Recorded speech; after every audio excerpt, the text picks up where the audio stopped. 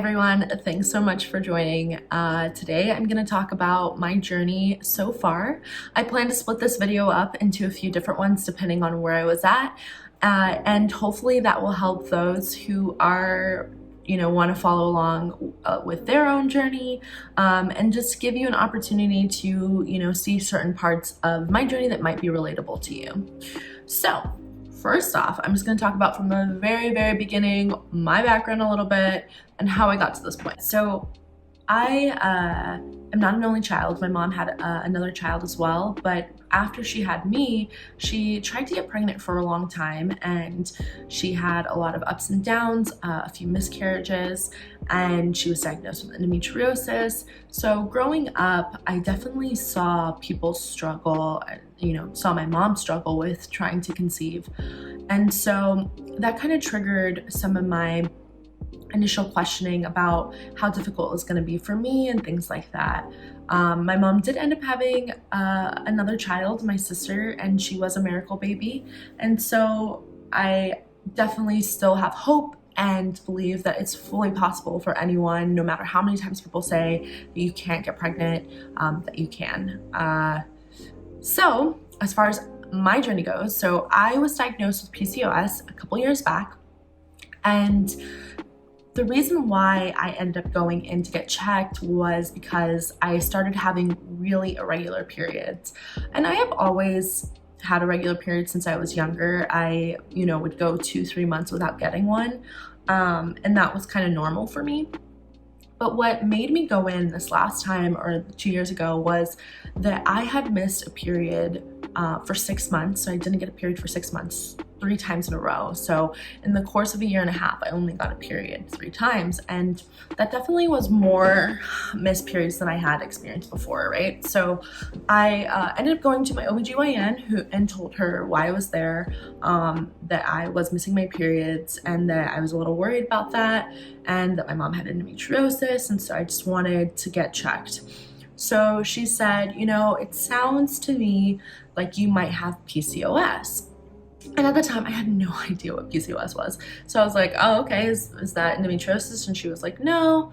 And so I was like, all right, well, how do we figure that out? How do I know for sure if that's what I have?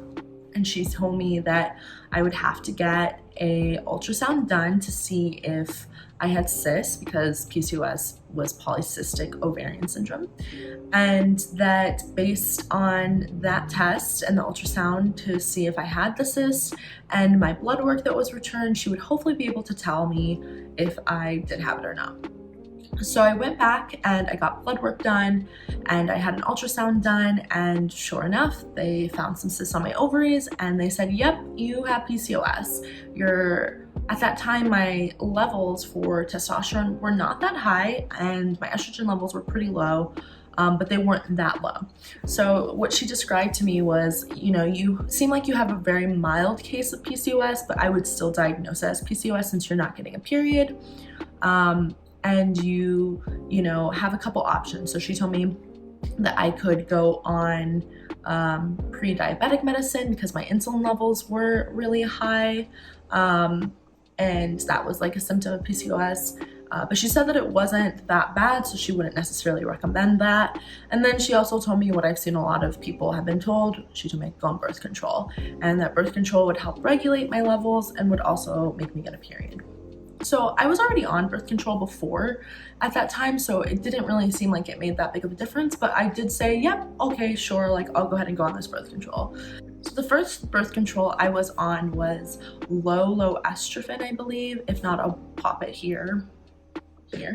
And so I was on that, and I was fine. I didn't get a period really. I did have like maybe 1 day of spotting a month, but it wasn't a period.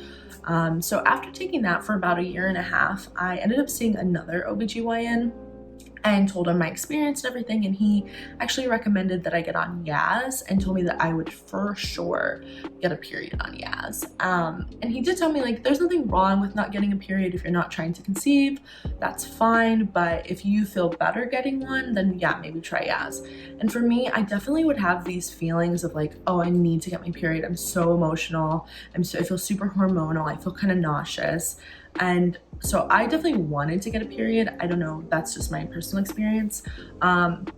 So anyway, so I went on Yaz, and I was on Yaz for about a year, and even with Yaz, I still didn't get a full period. I got maybe like a day or two, but it was still light, and it wasn't consistent. Some months I did not get one, and so yeah, so that was that experience.